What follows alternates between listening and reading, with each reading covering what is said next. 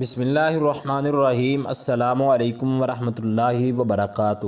ہم نے اپنے ناظرین کے لیے سیرت النبی صلی اللہ علیہ وسلم کا سلسلہ شروع کر رکھا ہے، جس کی قسط نمبر 10 پیش خدمت ہے۔ پچھلی ایک ساتھ میں مشرکین حجاز و عرب کے عقائد اور بت پرستی کی تاریخ بیان کی گئی۔ اس قسط میں ہم آپ صلی اللہ علیہ وسلم کی ولادت مبارکہ کے وقت سرزمین عرب میں موجود دوسرے مذاہب اور ادیان کا ایک مختصر جائزہ پیش کریں گے۔ یہودیت۔ عرب میں بت پرستی کے بعد دوسرا اہم ترین مذہب یہودیت تھا۔ یہ لوگ دو وجہ سے سرزمین عرب میں آباد ہوئے۔ ایک تو اس لیے کہ حضرت عیسیٰ علیہ السلام کی پیدائش سے 500 سال پہلے جب بابل کے بادشاہ بخت نصر نے فلسطین کو تاراج کیا اور تباہ و برباد کیا، تو یہودیوں کے بہت سے قبائل جان بچا کر دنیا کے کئی دوسرے حصوں کی طرف بھاگے۔ انہی میں سے چند قبائل عرب کی طرف آ نکلے اور خود کو یہاں محفوظ جان کر آباد ہو گئے۔ دوسری بہت اہم وجہ یہ تھی کہ یہودیوں کو تورات اور زبور کی پیش گوئیوں کی وجہ سے علم تھا کہ اللہ ان قریب اپنا آخری پیغمبر سرزمین عرب میں مبعوث فرمانے والا ہے۔ یہ اس نبی کو اپنا نجات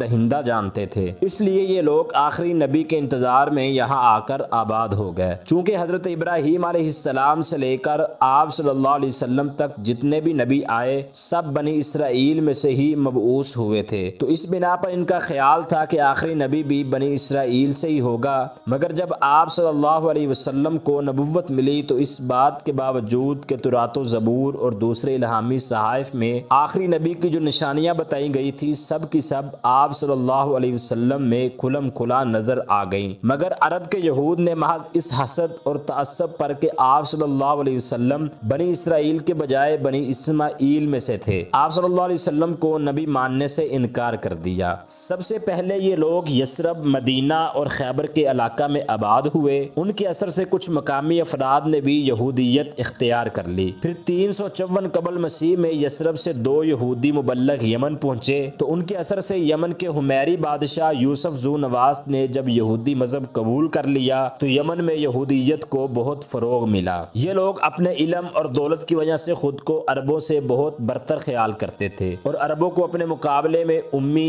یعنی جاہل سمجھتے تھے۔ نسلی برتری کا شکار یہ متعصب قوم خود کو خدا کا چہیتا اور برگزیدہ تصور کرتی تھی۔ ان کا خیال تھا کہ جہنم کی آگ ان کو چند دن سے زیادہ نہیں چھوئے گی۔ حالانکہ یہ لوگ اپنے تمام تر اوصاف کھو چکے تھے، سود خوری ان کا شعار بن چکی تھی، حسب ضرورت تورات اور مذہبی احکام میں تحریف کرنا ان کے ہاں عام تھا۔ مذہب گویا ان کے گھر کی لونڈی جیسا تھا جس کے ساتھ وہ جو چاہیں کریں۔ چونکہ خود کو تمام اقوام سے برتر جانتے تھے تو ان سے ہر قسم کا دجل و فریب اور ظلم جائز تھا۔ تاہم اپنی پوری دنیا پرستی کے باوجود مدینہ اور ارد گرد کے علاقے میں ان کو الہیات اور خدائی علوم میں اچارہ داری حاصل تھی۔ ان کے اثر کا اندازہ اس بات سے لگایا جا سکتا ہے کہ مدینہ کے قبائل اوس و خزرج میں کسی کی اولاد نہ ہوتی تو وہ منت مانتا کہ بیٹا ہونے کی صورت میں اسے یہودی بنا دیں گے۔ عیسائیت۔ عربوں میں تیسرا اہم مذہب عیسائیت تھا۔ حضرت عیسیٰ علیہ السلام سے کم و بیش 250 سال بعد روم کے عیسائی حکومت کے زیر اثر شام کی طرف کے عرب قبائل نے عیسائیت قبول کر لی۔ دوسری طرف ہیرا کے عرب بادشاہ نعمان بن منظر نے دین عیسوی قبول کیا تو وہاں کے بہت سے لوگ عیسائی ہو گئے۔ جبکہ یمن میں جب عیسائی مبلغین کی تبلیغ پر کچھ لوگ عیسائی ہوئے تو یہودی بادشاہ یوسف ذو نواس نے ان پر بے پناہ ظلم و ستم کیا اور پھر قتل کرا دیا۔ روم کی عیسائی حکومت تک جب یہ خبر پہنچی تو قیصر روم بہت غضبناک ہوا۔ اس نے شاہ حبشہ کو جو رومی حلقہ اثر میں ایک عیسائی حکمران تھا حکم دیا کہ یوسف ذو نواس سے اس ظلم و ستم کا بدلہ لیا جائے۔ چنانچہ وہاں سے ایک حبشی نژاد لشکر آیا اور یوسف ذو نواس کو شکست دے کر یمن پر بھی عیسائی حکومت قائم کر دی۔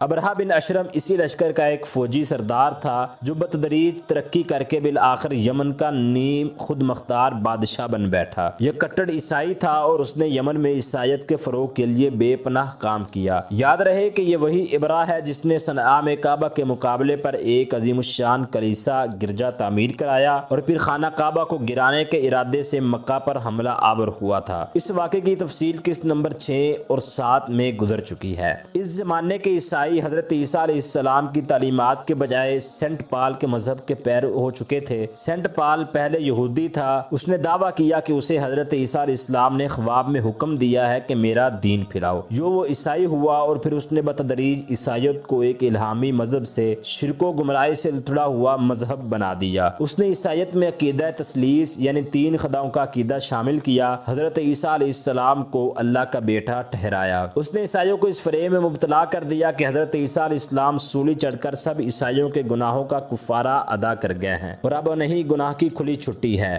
سینٹ پال کے زیر اثر عیسائی صرف پادری کے سامنے اعتراف جرم و گناہ کو ہی کافی سمجھتے، تاہم یہود کے مقابلے میں ان کی اخلاقی حالت قدرے بہتر تھی اور قبول حق کی صلاحیت سے بھی یہ لوگ بہراور تھے۔ اس بات کا اندازہ آج بھی کیا جا سکتا ہے کہ آج بھی اسلام کی حقانیت جان کر مسلمان ہونے والوں میں یہودیوں کے مقابلے میں عیسائیوں کی تعداد بہت زیادہ ہے۔ آتش پرست ایران و عراق کی سرحد کے پاس آباد عرب قبائل ایرانیوں کے مذہب آتش پرستی سے بہت متاثر ہوئے۔ اہل ایران کی طرح یہ بھی نیکی اور بدی کے دو الگ الگ خداؤں کے قائل تھے اور اہل ایران کی طرح آگ کو خدا کا ظہور مانتے اور اس کی پوجا کرتے تھے۔ سابی عرب جاہلیت میں ایسے لوگ بھی تھے جن میں ستارہ پرستی کا چرچا تھا اور یہ ستاروں کی پوجا کرتے تھے۔ غالباً ان کا مذہب وادی دجلہ و فرات کی قدیم تہذیبوں کی باقیات میں سے تھا۔ ان کا دعویٰ تھا کہ ان کا مذہب الہامی مذہب ہے اور وہ حضرت شیس علیہ السلام اور حضرت ادریس علیہ السلام کے پیروکار ہیں۔ ان کے ہاں 7 وقت کی نماز اور ایک قمری مہینہ کے روزے بھی تھے۔ ان کو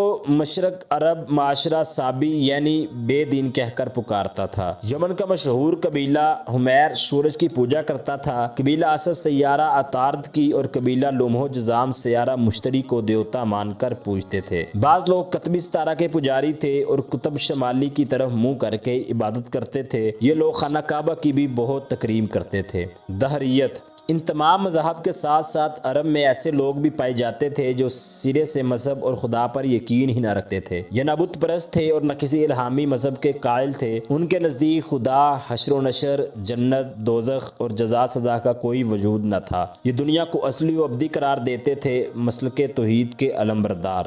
عرب معاشرہ میں کچھ ایسے لوگ بھی موجود تھے جو اپنی فطرت سلیم اور قلبی بصیرت کی بدولت توحید خالص تک پہنچنے میں کامیاب ہو گئے تھے۔ یہ لوگ ایک خدا کے قائل تھے اور شرک و بت پرستی سے نفرت کرتے تھے۔ ان میں حضرت خدیجہ رضی اللہ عنہا کے چچا زاد بھائی ورقہ بن نوفل، حضرت عمر فاروق رضی اللہ عنہ کے سکے چچا زید بن عمر بن نفیل اور عبید اللہ بن جہش مشہور ہیں۔ دین حق کی تلاش میں سرگردہ ان لوگوں میں سے ورقہ بن نوفل بالآخر عیسائی ہو گئے۔ یہ وہی ورقہ بن نوفل ہیں جنہوں نے آپ صلی اللہ علیہ وسلم پر پہلی وحی نازل ہونے پر آپ کی نبوت کی تصدیق کی تھی۔ عبید اللہ بن جہش اسلام کے بعد مسلمان ہو گئے لیکن حبشہ ہجرت کی تو وہاں بدقسمتی سے مرتد ہو کر عیسائی ہو گئے، جبکہ ان میں زید بن عمر بن نفیل کو بہت اونچا مقام حاصل ہے، حالانکہ ان کو اسلام نصیب نہیں ہوا کیونکہ وہ پہلے ہی وفات پا گئے تھے۔ لیکن ان کی فضیلت کا اندازہ اس حدیث مبارکہ کے مفہوم سے لگایا جا سکتا ہے کہ جب قیامت کے دن ہر امت اپنے نبی کی قیادت میں اٹھائی جائے گی تو زید بن عمر بن نفیل اکیلے ایک امت کے طور پر اٹھائے جائیں گے۔ زید بن عمر بن نفیل نے بت پرستی، مردار خوری، خون ریزی اور دیگر تمام معاشرتی خباثتوں کو اپنے اوپر حرام کر لیا تھا، اور جب ان سے ان کے مذہب کے متعلق پوچھا جاتا تو آپ جواب دیتے، میں ابراہیم کے رب کی عبادت کرتا ہوں۔ آپ بت پرستی سے سخت بیدار تھے اور خانہ کعبہ میں بیٹھ کر قریش کو کہتے کہ میرے سوا تم میں ایک بھی شخص دین ابراہیمی پر نہیں ہے۔ آپ قوم کو بت پرستی سے منع کرتے رہتے تھے۔ گو عرب میں ہر قسم کے دین موجود تھے مگر ان کی اصلی صورت اتنی مسخ ہو چکی تھی کہ کفر و شرک اور دین میں امتیاز کرنا مشکل ہو چکا تھا۔ توحید جو ہر الہامی مذہب کا خاصہ تھا اس کا کسی مذہب میں کہیں نام و نشان تک نہ تھا، اور کفر و شرک توہم پرستی کا اندھیرا صرف عرب ہی نہیں تمام معلوم دنیا پر چھایا ہوا تھا۔ غرض تمام ہی دنیا ضلالت و گمراہی کی دلدل میں غرق ہو چکی تھی۔ تب خدائے بزرگ و بدتر کو اہل زمین کی اس پستی و